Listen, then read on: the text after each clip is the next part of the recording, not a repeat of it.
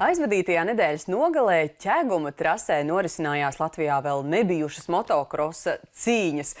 Gluži vai pielīdzināmas olimpiskajām spēlēm savā starpā sacentās 34 valstu komandas. Iedomājieties, nāciju un motokrosa 10 000 skatītāju plīvo dalību valstu karogi. Jā, bet diemžēl tie karogi no Latvijas puses pavisam maz, jo izrādās, ka mūsu pašu fani, kuri ir tādi īsti dzelzs svīri, kuri nāk no Latvijas mazpilsētām, atļauties uz šīm sporta sacensībām nemaz aizbraukt nevarēja, jo biļetes cena 90 eiro.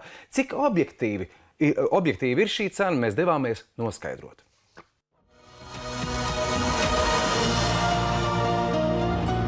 Nāciju motokross Ķegumā notika pirmoreiz. Diemžēl daudziem šīs sacensības gāja secen vai arī iecirta pamatīgu robu ģimenes budžetā, jo vienas biļetes cena bija aptuveni 100 eiro.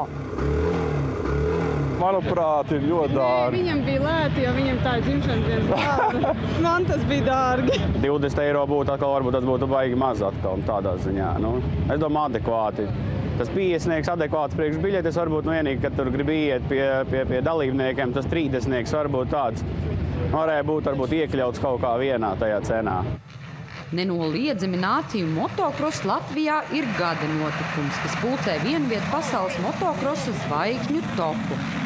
Ja gada sākumā katru dienu apliec eiro, tad tev viss sanāks. Tu gribi nopirkt aliņu vai saldējumu? Varbūt padomā, varbūt es gribu aizbraukt uz to sacensību beidzot paskatīties. Protams, tas nav adekvāti, jā. Viņi varēja būt saprātīgāk, līdz to būtu vairāk, varbūt cilvēki ierastos. Precizēsim, ja 2 dienu biļeti uz sacensībām izmaksā 90 eiro, plus kaut kur arī jānakšņo un jāēd, kas arī nav par velti, galu galā sanāk ļoti dārgs prieks. Jā, kādēļ šāda biļetes cena? Sākot no tā, kad ir pārbūvēta trase, protams, ir arī kaut kāda trases īres maksa, bet ir ļoti daudz šīs tās pastarpinātās izmaksas, kas ir viesnīcas visiem organizatoriem, ēdināšana, elektrība, visi darbinieki trasē. Taču zināms, ka šim pasākumam ļoti iespaidīgu naudas summu piešķīrusi valsts. Valsts ir piešķīrusi finansiālu atbalstu 950 000 eiro apmērā, kas ir tieši maksājums Jūstrīmam un Startautiskajai motosporta federācijai kā licenžu maksa par to, lai šis pasākums varētu notikt Latvijā. Taču vai kādam maz vajag, lai mūsējie kapeiku skaitītāji blandās pa trasi un bojā bagāto ārzemnieku noskaņojumu?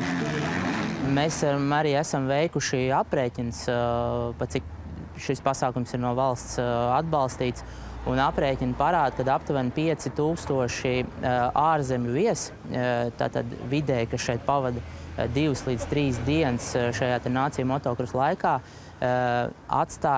iepludina aptuveni 1 miljonu eiro. Tātad šeit dzīvojot, izmantojot transportu, viesnīcas, tās pašas biļetes. Taisnības labad gan jāpiebilst, ka bērniem līdz 11 gadu vecumam un invalīdiem pieeja bija par velti. Ja nu dzirdat, ka Latvijā ir gaidāms tikpat ekskluzīvas sacensības, biļetes vajadzētu meklēt jau gadu iepriekš. Tā sanāks lētāk.